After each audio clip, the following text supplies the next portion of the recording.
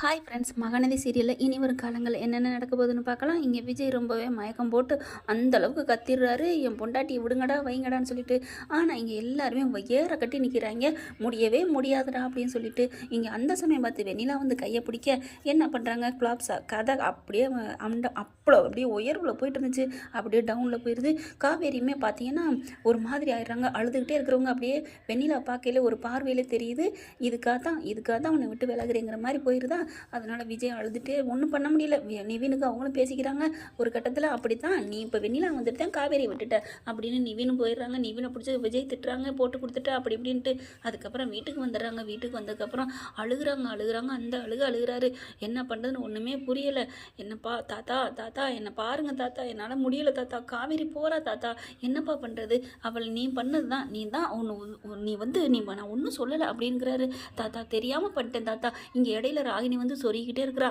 இங்கே பாருப்பா, அவங்களுக்கு என்ன, இந்த வெண்ணிலா அங்கே இருக்கிறதா, வெண்ணிலா கொண்டே நான் ஹோமில் விடுன்னு சொல்கிறேன், ஹாஸ்பிட்டலில் விடுன்னு சொல்கிறேன், வெண்ணிலா முக்கியம்னு நினச்ச இந்த பிள்ளைய நீ வந்து கிணத்து தண்ணி தானே எங்கே போகுது அப்படின்னு நீ அசால்ட்டாக விட்டுட்டப்பா. காவேரிக்கு இப்போ நீ முக்கியத்துவம் கொடுக்குற மாதிரி அப்போ கொடுக்கலையே அப்படின்னு தாத்தா சொல்கிறது சரிதானுங்க.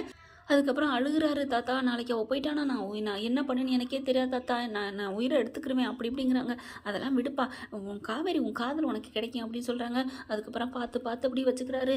நம்ம பார்த்தா ரூம்குள்ளே போக முடியலைங்க அவரால். தாத்தா அவள் இல்லாமல் நான் ரூம்குள்ளே போவே எனக்கு பிடிக்கல தாத்தா எனக்கு அப்படின்னு சொல்லிட்டு கீழே வராங்க.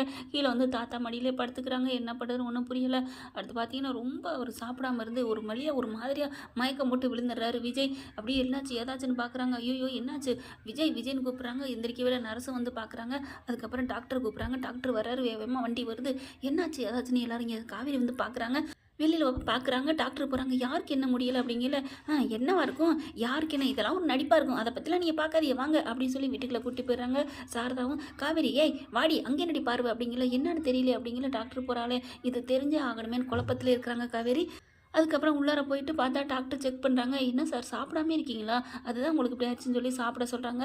குளுக்கோஸ் போட்டு விட்றாங்க, ஏற்றி விட்றாங்க. அதுக்கப்புறம் பார்த்துங்க சார், சாப்பிடாமலாம் இருக்காதீங்க சார், என்ன சார் நீங்கள் பண்ணுறீங்க அப்படின்னு டாக்டர் திட்டிட்டு போகிறாங்க. காவேரி ஓடி போய் கேட்கலான்னு பார்க்குறாங்க. இங்கே எல்லாம் இருக்குதுங்க, என்னவா இருக்கும் ஏதா இருக்கும் ஒன்றும் புரியலையே அப்படின்னு தாத்தாட்டாவது கேட்போமா அப்படிங்கிற. தாத்தா வெளியில் வந்து நிற்கிறாங்க, பாட்டியும் நிற்கிறாங்க. அப்போ விஜய்க்கு தானா, அப்போ வெண்ணிலா தான் நல்லா தானே இருந்தா, வெண்ணிலாவுக்கு ஒன்றும் இருக்காது, வெண்ணிலாவுக்கு தான் நர்ஸ் இருக்காங்களே அப்படின்னு சொல்லிட்டு குழம்பிட்டு இருக்காங்க. ஒன்றும் புரியலை காவேரிக்கு. அப்படியே தவிக்கிறாங்க. ஓடி போய் கேட்டுருவோமா அப்படின்னு சொல்லிட்டு போகிறாங்க. கையை பிடிக்கிறாங்க. எங்கடி போகிற, யாருக்கு என்ன வந்தால் உனக்கு என்ன, இல்லைம்மா என்ன டாக்டர் அங்கே என்னம்மா வர்றாங்கடி உனக்கு என்னடின்னு சொல்லி அப்படியே பிடிச்சி இழுத்துக்கிறாங்க. அழுகுறாங்க காவேரி. அதுக்கப்புறம் நர்மதா வெளியில் வர்றா. தாத்தா பார்த்துட்டு வேகமாக ஓடிடுது. போயிட்டு தாத்தா என்ன தாத்தா டாக்டர் ஏன் வந்தாங்க அப்படிங்கல. இந்த மாதிரி நடந்ததெல்லாம் சொல்கிறாங்க. விஜய்க்கு தாம்மா முடியாமல் போயிடுச்சு, அவன் சாப்பிடாமே இருந்து உங்கள் அக்காவை நினச்சிட்டு கிடக்குறாம்மா, ஏம்மா இப்படி காவேரி புரிஞ்சுக்க மாட்டேங்கிறா, விஜய்க்கு உன் மாமாவுக்கு உங்கள் அக்கா தாம்மா முக்கியம் அப்படிங்கல. எனக்கு தெரியுது தாத்தா, ஆனால் அம்மா தான் அப்படின்னு சொல்லிட்டு இருக்காங்களா. ஏய் அங்கே என்னடி பேச்சு வாடி அப்படின்னு வேகமாக கூப்பிட. பாருங்கள் என்னையவே பேச விட மாட்டேங்கிறாங்க அப்படின்னு போயிடுறாங்க. என்னடி போய் கேட்டுட்டு இருக்க, ஒன்றும் இல்லை என்ன டாக்டர் வந்தான்னு கேட்டேன், உனக்கு என்னடி நீ என்ன பெரிய இவ மாதிரி பேசிகிட்டு இருக்க அப்படின்னு சொல்லல. இல்லைம்மா தாத்தாட்ட கேட்டேன், விஜய் மாமாவுக்கு ரொம்ப முடியலையா, சாப்பிடவே இல்லையா 2 நாளாக, அதனால ரொம்ப முடியாமல் விழுந்துட்டாரா மயக்கம் போட்டு, அதான் டாக்டர் வந்துட்டு குளுக்கோஸ் ஏறிட்டு இருக்கான் அப்படின்னு. காவேரிக்கு துடிக்குது மனசு. போய் பார்க்கணுமே நினைக்கிறாங்க. ஆனால் என்னடியே துடிக்குதா, உன்னை துடிக்க விட்டான்ல அப்படித்தான் அப்படின்னு சொல்லிட்டு எல்லாரும் கேவலமாக பேசுகிறாங்க விஜயை பற்றி. ஏன் இப்படி பேசுகிறாங்கன்னு தெரியல. காவேரி படந்து அப்படி மனசு படக்குன்னு அடிக்குது. ஐயோ விஜய்க்கு முடியலையா, என்னாச்சு, நான் நேரம் பக்கத்தில் இருந்தால் நான் அப்படி பார்த்துட்டு இருந்திருப்பேனே, விஜயை நீங்கள் கெடுத்துக்கிட்டீங்களே ஐயோ அப்படின்னு நினைக்கிறாங்க. அதுக்கப்புறம் எல்லாத்தையும் பேக்கப் பண்ணிடுறாங்களா. கிளம்புங்க அப்படின்னு சொல்லிட்டு இருக்கல, சாவியை கொண்டு யார் கொடுத்துட்டு வருது, நீயே போய் கொடுத்துட்டு எல்லாத்தையும் சொல்லிட்டு வாடி அப்படிங்கிறாங்க. உனக்கு எனக்கு ஒன்றும் இல்லைன்னு சொல்லிட்டு வாங்கல. காவேரி வேகமாக சாவியை வாங்குறாங்க. ஏன்னா போய் நம்ம அவருக்கு என்ன ஆச்சுங்கிறத பார்க்கணும்ல. அந்த தவிப்பில் தாங்க துடிக்குது பயப்புள்ள. ஏன்னா விலகி போனாலும் பரவாயில்ல, அவருக்கு என்ன இருக்குன்னு பக்கத்தில் போய் ஆறுதல் சொல்லணும் அப்படிங்கிற தவிப்பில் கிளம்பி போகிறாங்க. ஓகே ஃப்ரெண்ட்ஸ், பார்க்கலாம் என்ன நடக்க போகுதுன்னு. இந்த பதிவு உங்களுக்கு பிடிச்சிருந்துச்சுன்னா உங்கள் பொண்ணான கையால் ஒரு லைக்கை போட்டு சப்ஸ்கிரைப் பண்ணிடுங்க. Thank you friends.